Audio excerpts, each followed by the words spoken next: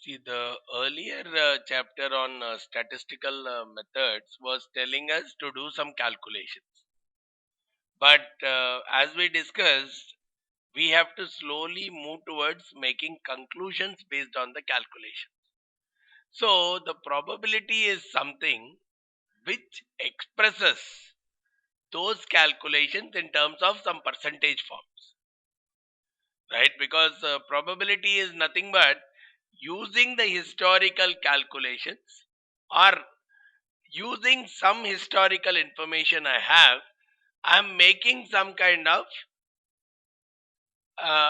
interpretation saying what is the chance of something to occur. Probability, or when we use the word probably, also we say the same. It's a chance of something occurring. So I have observed the historical data. In the historical data, probably there were 20 times when the returns were positive out of 50 days. So 40% was the number of days, 20 out of 50. 40% was the number of days where the returns are positive. Now, can I make some kind of an interpretation saying, even in the future, the chance of me becoming profitable is around 40%. So, that is where we are using the concepts of probability. Using historical information, deriving some kind of numbers for the future. So that is where we are calling, we are talking about probability, right? So most of the times we use it in the sense, okay, there is a 20% chance that the price will go up, 80% chance that the price will go down. For those kind of typical calculations is what we use the probability for. And where are those coming from? Probably from our historical observations. How do I say? There are different ways I can say. One, I can say based on the past. Yeah, in the past I have observed that 20% of the times it has gone up and 80% of the times it has gone down. So I may say that in the future also there is a 20% chance of up or down. Or someone else may say, no, past was completely different from the future. I feel there is a 50-50 chance for the future. So probability is nothing but a chance of something happening. And there are different ways in which you can define the probability, right? In simplistic sense, we are talking about the chance, which means we are moving away from the historical. In the earlier chapter, everything was on the historical data, calculations on the historical data. But now we are making a shift.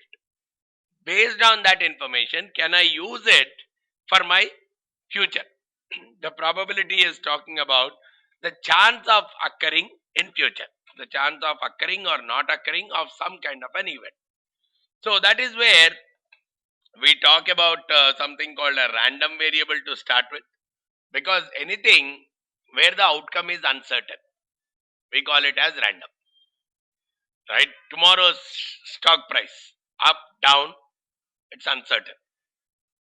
That I will call it as a random variable. And that random variable can have any number of outcomes. It can be, at least in this example, it is primarily like up or down or no change. But if I say my percentage change in price compared to today, tomorrow's percentage change in price compared to today, then it can take any value, 1%, 1.1%, 1.45%, minus 1.23%, whatever it is. These are the various values which a random variable can take. Random variable is something whose output I don't know. It comes through chance. Any outcome can come on a random basis or on a some specific. There is a randomness associated with the outcome. So you can think of anything to talk about the future. We can call it as a random variable, because we unless we are fully sure that this is what will occur, otherwise we are calling it as a random variable. The values which it can take are all called as the outcomes. Multiple, any value that it can take are called your outcomes.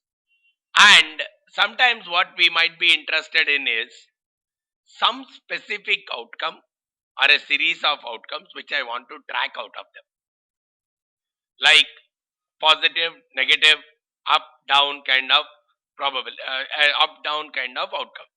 I want to track only the up. What is the chance that something goes up? I want to track only the up part. So those are what I consider as my events.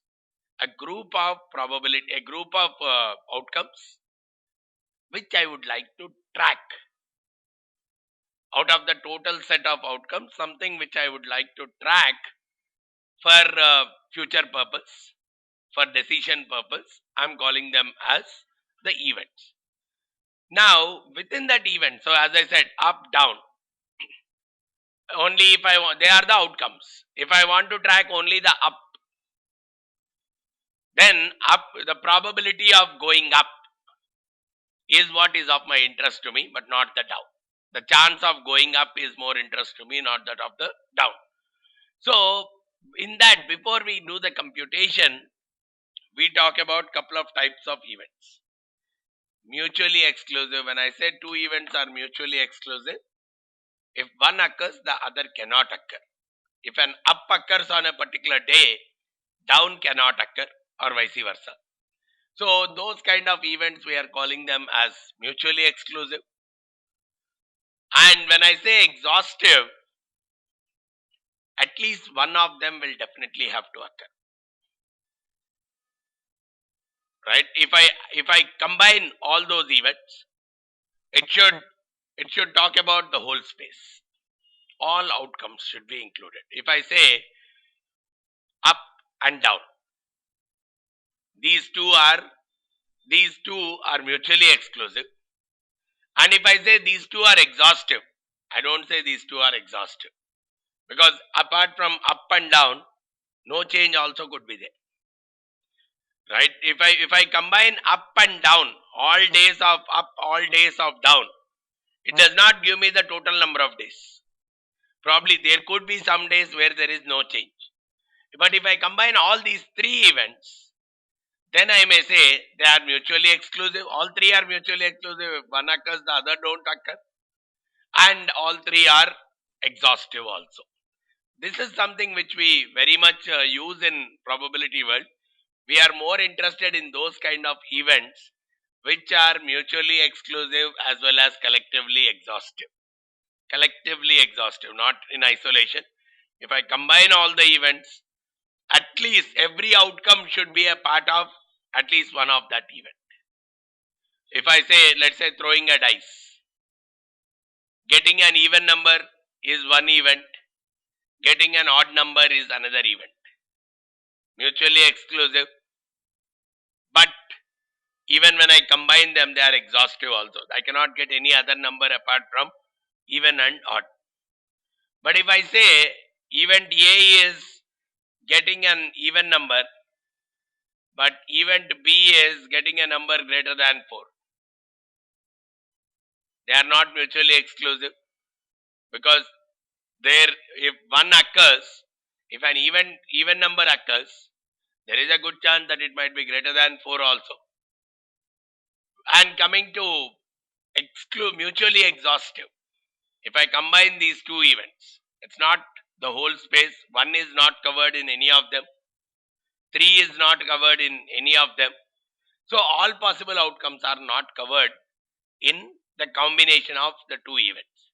Then we don't call them as exhaustive. Otherwise, we are calling as exhaustive. The reason why we talk about is, if I have to make some prediction, if I have to make some conclusion about a particular stock price moving up or moving down, I need to know first of all how many outcomes are possible. Out of them, I want to see what is the one which I would like to track. Without knowing how many outcomes are possible, which is that exhaustive set of outcomes, without knowing how many outcomes are possible, I cannot track how many I want to track. Right? So that's the reason whenever we define the probability also, we say out of the total number of outcomes, how many are the ones which I am tracking? How many of them are favorable to me? So when I am looking at number of up days and down days, what is the probability that the price will go up tomorrow? If I am just observing the data and making a conclusion, the simple thing I am making is, okay, I have observed last 50 days of data. Out of that 20 days there is an up. 5 days there is no movement. 25 days there is a down. So if I want to use that data as an information for the future, I will say the probability of going up is nothing but 20 out of 50, saying 40% chance. That's the, so unless I know all the up, all the no change, all the down, I cannot make conclusion about the chance of something occurring in future. So we need a mutually exclusive and exhaustive set of events to define our probabilities in a very effective manner. So something, because we always talk about number of favorable to the total number, we always say that it lies between 0 and 1, and all probabilities put together for all the exhaustive events, it sums up to 1. Now, there are 3 ways people define probability. One, as I said, I observe the past data, just the example which I have given, 50 days, 20 days up. So observe the past data, and then based on the past data, take your percentages, which is nothing but a relative frequency in the stats which we have done. You take the relative frequency of each of the classes. Here the class is up, down, no change. For each of the classes, you find out your relative frequencies, and that's how you are finding out the probability. So you are not making any subjective guess or something. You are primarily looking at the past data and you are computing your probabilities, which is what is called as the empirical. Wherever you are using, wherever you are talking about number of favorable by number, total number, by observing your past data, that kind of probability which you are giving is called as an empirical probability, which if we are working with samples, most of the times we would be using the empirical probability model itself. Right? Then, if I compute the probability, computation of the probability is still the same. Number of favorable events by the total number of outcomes. But